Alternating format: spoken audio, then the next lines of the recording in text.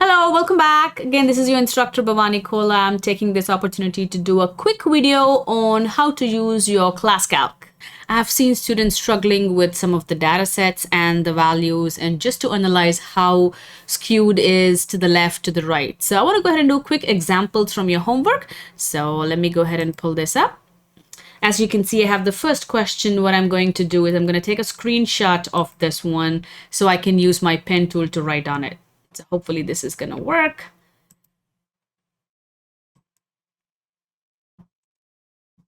So here I have a question that says the median of the data set is 14. Let me go ahead. The median of the data set is, 14. And the mean is 8. And they're asking me, how is the data skewed? The easiest way to do is to go ahead and graph this. So here is my median. I'm going to go ahead and graph my median 14, and I'm going to graph my mean, which is 8. So here is the clue. If your mean is to the left of the median, then your data is skewed left. If your mean is to the right of the median, let's just say your mean is 16. I'm going to use a different color. Let's just say your mean is 16, your mean is to the right of your median, then your data is skewed to right. So this is a quick tip. If your median, go ahead, draw the number line and see if the mean is to the left of the median or to the right of the median. If it is to the left, it is left skewed. If it is to the right, it's right skewed. Let me do one more example here. So again, here I have a box plot and I'm trying to see how is my data skewed. Again, this is a quick trick. I'm going to go ahead and use a red color here. So this is going to be, remember, every data is a curve, right? So I'm going to make sure my median is the highest most point, and I'm going to graph the curve starting inside the box. So I don't care about these points. I'm only going to graph the curve inside the box. So if I graph it, here you see my tail is going towards the right hand side. So this is right skewed. So if I have, let me use a different color. If I have a box that is something like this, as you can see, let me move this just to a side, just a little bit. Yeah, that's perfect. And if I have, let's say, somewhere here, this is my median. Again, I'm going to go ahead, use the red color so you can see. So this is going to be my highest point. I'm going to graph the curve. So this is one side of the curve. And look where the tail is going. The tail is going towards the left side of the curve. Oops. Let me erase it.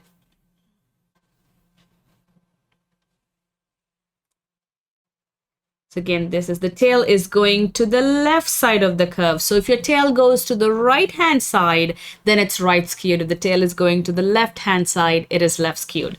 Let's go ahead and take a look at some more examples here. So as you can see here on the screen, if I graph the curve starting from this side, the tail is going to the right hand side, so it's right skewed. So the easiest way to do is taking your median as the middle point. Simply graph your curve. If the tail is going to the left or it's more extended to the left, it's left skewed. If it's more extended to the right, it's right skewed. Let me go ahead and look up for one more example. So here I have another example, and here I'm trying to see if the data is skewed or no. Again, the median is going to be my topmost point, so I'm going to use that point. So I'm going to graph, here it is. And now look at the tail. The tail is going towards the left-hand side, so this is left skewed. Now let's go ahead and take a look at the variance and standard deviation. Let me go ahead and pull one up. So here I have a question that says the following data set represents the pulse rate of 5 randomly selected players on the football team. Find the standard deviation of the data set. Again, in your notes you have, or in your instructions, you have complete details on how to do it mathematically. Today I'm going to show you how to use your classcalc. So what I'm going to do is I'm going to go ahead, go to my classcalc, click on stats. Here you see stats, and I'm going to click on standard deviation because they asked me for standard deviation. But if they ask you for variance, here is your variance to the left hand side. So I'm going to click on standard deviation. And as you can see, as soon as I click, STD comes up with parentheses. And all I have to do is copy this data here. Okay, let me copy it one more time. Control C, I go back to my class calc and Control V.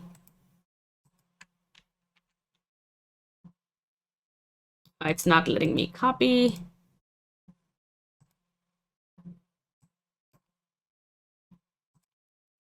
For some reason, it's not letting me copy. Maybe it's my browser, but that's absolutely okay. I'm going to go ahead and type in my numbers. 66. Okay, it have to be here. So 66, comma, what else is my number? My numbers are 70, 70, comma, I have 75, comma, 80, comma, 84. And as you can see, I have the standard deviation. Now, this is very important. I'm going to go ahead and expand this one.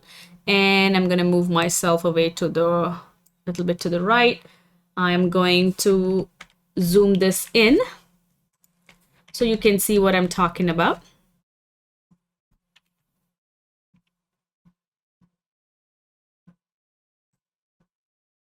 So as you can see, if once you calculate your standard deviation, let me back really quick.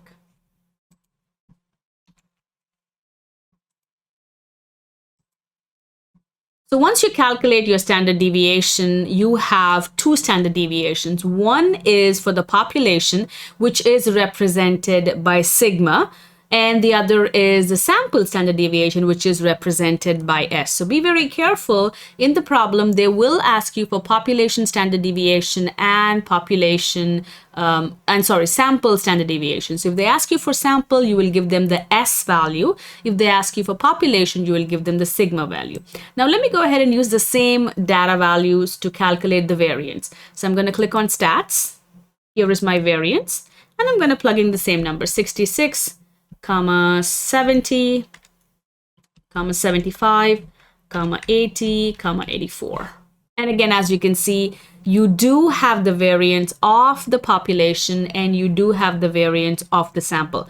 Blindly, S stands for sample. So, but you have to make sure you understand what is your sample and what is your population. In this case, they clearly gave you find the value of S. So you're going to plug in S. Sometimes they do not give you the value and they're going to say, is this a sample or is this a population? So the easiest way to remember is if you are picking and choosing, then that's a sample. But if you're including everything, like you're not excluding anything, you're taking every data into consideration, that's population.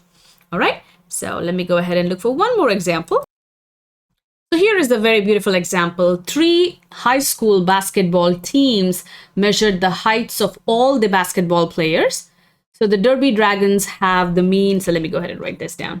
So the Derby Dragons have the mean of 72 inches and standard deviation 1.2. The mean is 70.8, standard deviation 0.7 for Aveston Aces and Baldwin Bears. I hope I'm saying this right. The mean height is 73 and standard deviation is 1. Now the question is, on average, which team is taller? Which team has players whose heights are more consistent? So this is the rule of thumb. Let me move myself just a little bit away from here. And let me graph this. So if your standard normal curve is narrow, that means you have low or smaller standard deviation. Remember what standard deviation is. It's like how much you're deviating from the mean. So how inconsistent are you when compared to the mean? So the smaller the standard deviation, that means more consistent you are. So the wider the standard deviation. So if I have a wider curve, that means there's more standard deviation and there is more inconsistency. So the rule of thumb is small standard deviation, more consistent. Wider standard deviation or a greater standard deviation, more inconsistent you are. So the wider your graph is spread out, the more inconsistent you are. So more standard deviation, more inconsistency. Small standard deviation, low inconsistency. So now keeping that in mind, let's go ahead and look at what they're asking us here. So here they say which team is taller. So when they say which team is taller, looking at the average heights, definitely the Baldwin Bears are taller. And they're asking me for which team players whose heights are more consistent. Remember, the smaller the standard deviation, the more consistent they are. So the greater the standard deviation, more inconsistent. So when I look at all the numbers here, definitely the Aviston A's have smaller standard deviation.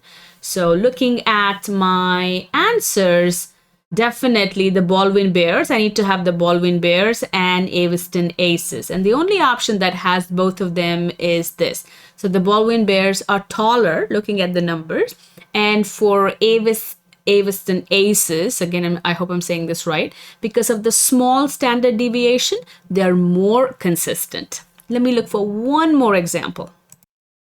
So here is another example. Suppose that you're conducting a survey of car owners and recording the number of cars each individual has owned in their lifetime. The mean number of cars, so here I'm going to graph it. I'm a visual person. I like to graph things. So I'm going to go ahead and draw this. So the mean number of cars is 6 and the standard deviation is 3. So what does it mean by standard deviation is 3? That means if I have one standard deviation, I'm going to be at 9. If I add another standard deviation, I'm going to be at 12. If I add another standard deviation, I'm going to be at 15. So sometimes they measure in terms of standard deviation. So if I'm one standard deviation less, 6 minus 3 is 3. So you see what I'm doing here? I'm adding my standard deviation because my standard deviation is 3. 6 plus 3 is 9. I added one standard deviation. 9 plus 3 is 12. I added two standard deviations. So 6 plus 9 is 15. I added three standard deviations. Now let's go ahead and look at what happened. So the mean is 6. The standard deviation is 3. So here I have the graph. Larry has owned 15 cars. So if I look into what Larry has, he doesn't have the average, definitely. So he is not 1 because he doesn't have 9, not 2 because he doesn't have 12. He is 3 standard deviations above the mean. He's 3 standard deviations to the right of the mean. Okay, so we are measuring in terms of standard deviation. So 3 standard deviation to the right or 3 standard deviations above means the same thing. Let me look for one more example. So here is an example of z-scores. Again, this is also quickly a recap of z-scores.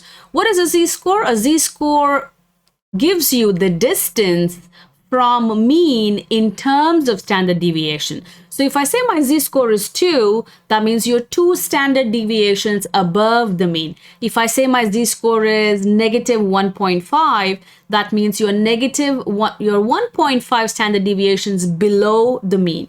So positive means above, negative means below. So please, please, please make sure you read the instructions before you start looking at these problems, because understanding the z-score is very important. And again, really quick, z-score is the distance measured in terms of standard deviation.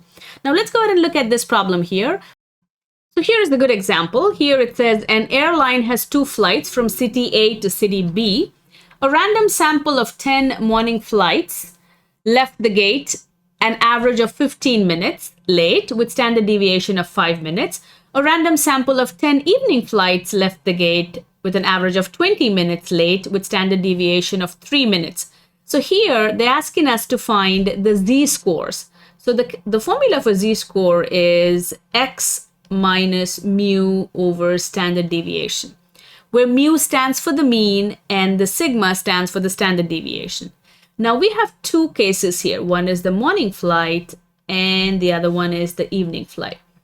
So if I'm going too fast, I request you all to pause this, read the question so you understand what they're asking you, and then come back to the solution. I'm going to go ahead and read the rest of the problem. Suppose both morning and evening flights are 30 minutes late. So here they already gave me the x value. The x value is 30 minutes for morning flight and the x value is 30 minutes for the evening flight. Now they asked me to find the z-score of the morning, z-score of the evening. So I have to know the mu of the morning flight, which is the mean. So the mean of the morning flight is 15 minutes. The standard deviation of the morning flight is 5 minutes. So to calculate the z-score, when I plug into the formula, x minus, x is 30, minus mu is 15, standard deviation is 5, I get the z-score as 3. So the z-score for morning flight is 3. Now let's calculate the z-score of the evening flight. I'm going to use a blue color here. So the mu, which is the mean of the evening flight, is 20 minutes. And the standard deviation is 3 minutes. So when I calculate the z-score, I have x minus 20 divided by 3, which is 10 over 3, 3.33. So here my evening flight is 3.33. Remember, standard deviation, the z-score is nothing but the number of standard deviations you're away from the mean.